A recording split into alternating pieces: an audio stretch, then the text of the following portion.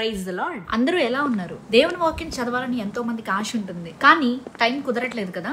అందుకే మన ఛానల్లో ఆడియో బైబిల్ స్టార్ట్ చేశాను.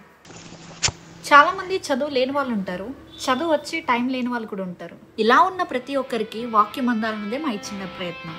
Let's do this. Praise the Lord everyone. ఈరోజు మనం సామెతలు 17వ అధ్యాయం చదువుకుందాం. రుచిగల భోజన పదార్థములున్నను కలహంతో కూడియుండిన ఎంట నుండుట కంటే నెమ్మది కలిగి ఉండి వట్టి రొట్టె ముక్క తినుట మేలు. బుద్ధిగల దాసుడు సిగ్గుతెచ్చు కుమారుని మీద ఏలుబడి చేయును. అన్నదమ్ములతో పాటు వాడు పిత్రార్జితము పంచుకొనును. వెండికి మోసతగినది, బంగారంనకు కొలిమి తగినది. హృదయ పరిశోధకుడు యెహోవాయే, చెడు నడవడి గలవాడు దోషపు మాటలు వినును. నాలుక హానికరమైన మాటలు పలుకుచుండగా అబద్ధికుడు చెవియొగ్గును. బేదలను వెక్కరించువాడు వాని సృష్టికర్తను నిందించువాడు. ఆపదను చూచి సంతోషించువాడు నిర్దోషిగా ఎంచబడడు. కుమారుల కుమారులు వృద్ధులకు కిరీటములు. కుమారుల కుమారులు వృద్ధులకు కిరీటము, తండ్రులే కుమారులకు అలంకారము. అహంకారంగా మాట్లాడుట బుద్ధిలేని వానికి తగదు, అబద్ధమాడుట అధిపతికి బొత్తిగా తగదు. లంచము దృష్టికి మాణిక్యము వలె నుండును. అట్టివాడు ఏమి చేసినను దానిలో యుక్తిగా ప్రవర్తించును. ప్రేమను వృద్ధి చేయగోరువాడు తప్పిదములు దాచిపెట్టును. జరిగిన సంగతి మాటిమాటికి ఎత్తువాడు మిత్రభేదము చేయును.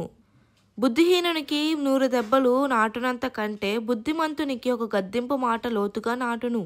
తిరుగుబాటు చేయువాడు కీడు చేయుటకే కోరును. అట్టివారి వెంట క్రూరదూత పంపబడును.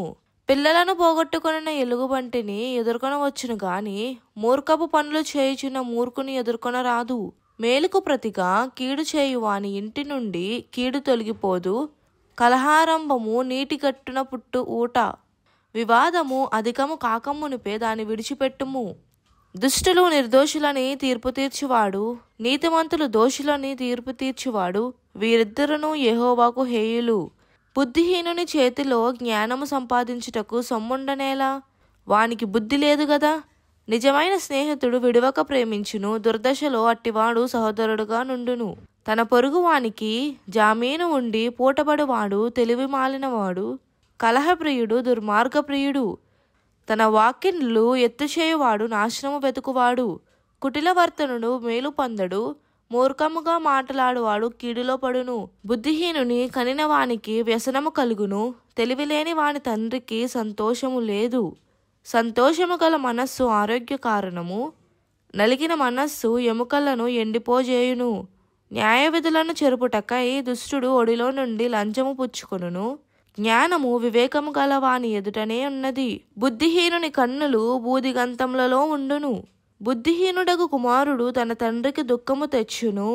తన్ను కనిన దానికి అట్టివాడు బాధ కలగజేయును. నీతిమంతులను దండించుట న్యాయము కాదు, అది వాని యథార్థతను బట్టి మంచివారిని హతము చేయుటే. మితముగా మాట్లాడువాడు తెలివిగలవాడు, శాంతగుణములు గలవాడు వివేకము గలవాడు. ఒకడు మూఢుడైనను మౌనంగా నుండిన ఎడల జ్ఞాని అని ఎంచబడును. అట్టివాడు పెదవులు మూసుకొనగా వాడు వివేకి అని ఎంచబడును.